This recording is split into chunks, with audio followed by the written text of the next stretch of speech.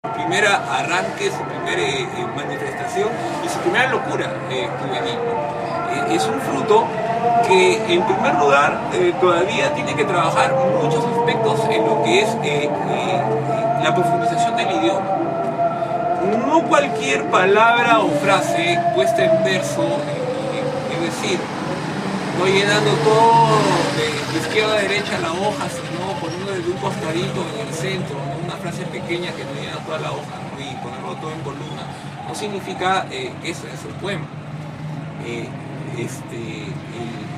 lenguaje, como volvemos a repetir, tiene que tener una intensidad, ¿no? Entonces vamos a tener que comenzar a escoger nuestras frases, desechar aquellas que suenen muy simples, muy de lenguaje común y coloquial, muy como hablamos con las personas, y tengamos que concentrarnos en el efecto estético. Y para el efecto estético, las palabras tienen que ir cargadas de belleza, no bastan nuestros sentimientos. Bueno, pues entonces otro elemento de la perspectiva podríamos describirlo en las palabras de Robert Graves, que es un poeta inglés del siglo XX, ¿no? Robert Graves decía, citando un poema tradicional galés, que el poeta debe comunicar las cosas de una manera estrábica, como si las distorsionara mentalmente. Es decir, ¿no? Si tú quieres poner en un verso, hablar de empanadas de carne con cordero, tú deberías decir, para referirte a las empanadas de cordero, no puedes poner empanadas de carne de cordero, tienes que decir, por ejemplo, sueño de rebaños lanudos envueltos en una celda de trigo. Tienes que deformar la verdad de alguna manera para hacerla transmisible con efecto estético. Tienes que esconderte también, tienes que esconder el significado, ¿no? El significado que quiere dar o transmitir se envuelve en un ropaje metafórico de los tropos propios de la poesía, los epítetos, las metonimias, los oxímorones, las gitanjáforas, y eso hace que el lenguaje poético sea especial. Bueno, entonces, en primer lugar, lo que tendríamos que ver a nivel pragmático es que muchas frases de estos versos necesitan un mayor trabajo, ¿no? Después, otro proceso básico de la evolución del poeta es que cuando uno trabaja pues sus primeros versos, en realidad se va a dedicar bastante, si es joven, a hablar del amor, de sus experiencias amorosas, y eso está bien, y el amor es uno de los grandes temas de la poesía.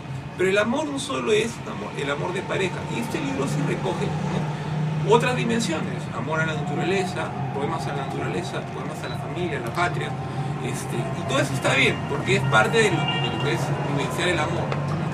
Ahora, siempre los poemas de amor repiten cuando son juveniles, repiten ese ciclo de enamoramiento, apasionamiento, luego nostalgia y desencanto. Encontramos versos muy buenos, ¿no?, cuya principal virtud acá es hablar de esa celebración de la amada y de la nostalgia y del sufrimiento que nos causa, ¿no? Entonces, podríamos decir, ¿no?, por ejemplo, acá yo encontré un poema que fue el que más me gustó de todo el libro, ¿no?, que es un poema de desencanto. Solo y triste sin ti se llama, ¿no? Estoy solo y triste, triste porque te fuiste para no volverte a ver esos tus ojos negros, negros ojos y yo rojos, labios rojos que yo besaba el cáncer. Hasta ahí, pero el juego de las ideas es que él va explicando cómo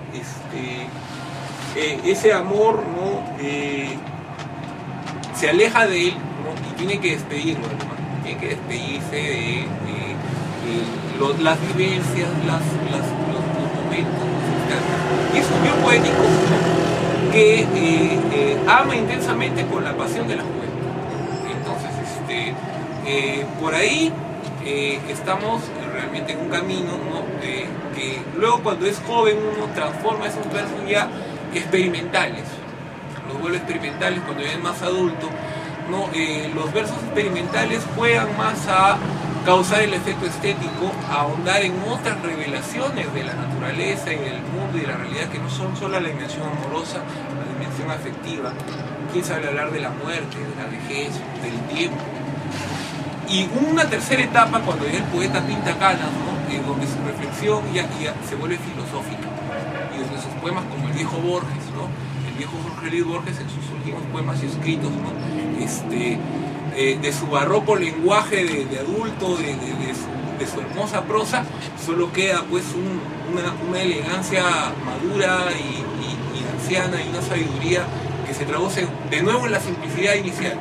O sea, esta simplicidad que ahora vemos en el libro de Ángel Virgilio Ramos Mejía es una simplicidad de la palabra que luego va a retornar, pero ya cargada de sabiduría. Entonces ya no va a ser esa palabra que comunique, ¿no? Nuestros primeros escarceos en el mundo del mundo real, en la sociedad, de la historia, cómo comenzamos a hacer nuestros propios aportes, cómo comenzamos a trabajar. Si ustedes van a hacer una mirada retrospectiva, una mirada con la cara de experiencia y de reflexión. Entonces, por eso podemos a veces asombrarnos cuando leemos un poeta consagrado y que ya tiene 60 o 70 años, ¿no? Y leer sus versos y poder envidiar de algún modo, porque como decía Rodolfo y Nostroza, parafraseando a Saint-Jean Perse, el poeta viaja en sus palabras y sus palabras viajan.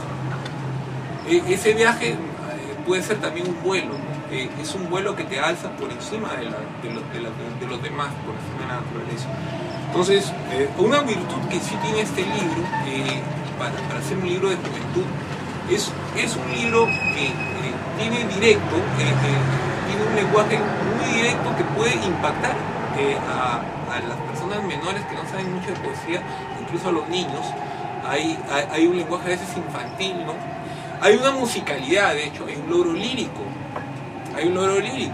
pero no siempre podemos abusar de la rima y de la métrica, sobre todo cuando no sabemos cuáles son sus regularidades, ¿no? Entonces, de repente poner pureza y belleza en un verso puede sonar bonito si tiene una estructura métrica realmente, pero si después tú ya no sigues pareando, o no intercalas rimas, o dejas un verso libre, ya ese es un poema irregular, ¿no? Cuando uno usa un metro, una rima tiene que ceñirse a una estructura conocida, ¿no? Y para eso hay que investigar, pues. Se dice que el escritor, el poeta, es un osado, cuando presenta un libro por primera vez, es un atrevido. ¿Por qué? Porque nadie te ha dado una facultad o un centro de estudios para ser poeta o escritor, ¿no? Eso no se hace. Hay facultades de literatura pura, hay facultades donde te van a enseñar a hacer crítica literaria, a hacer filología, ¿no? A hacer estudios lingüísticos, pero no te van a enseñar a ser poeta. Eso nunca se ha enseñado en ningún lugar. Entonces, ¿qué hace el poeta? El poeta, en primer lugar, decía Cortázar, tiene que vivir muchas experiencias, ¿no? No una, sino varias parejas, un tiempo de tener parejas, un tiempo de casarse, un tiempo de divorciarse, un tiempo de viajar mucho. El poeta tiene que tener tiempo de viajar mucho, conocer otros países, otros lugares, no solo su ciudad.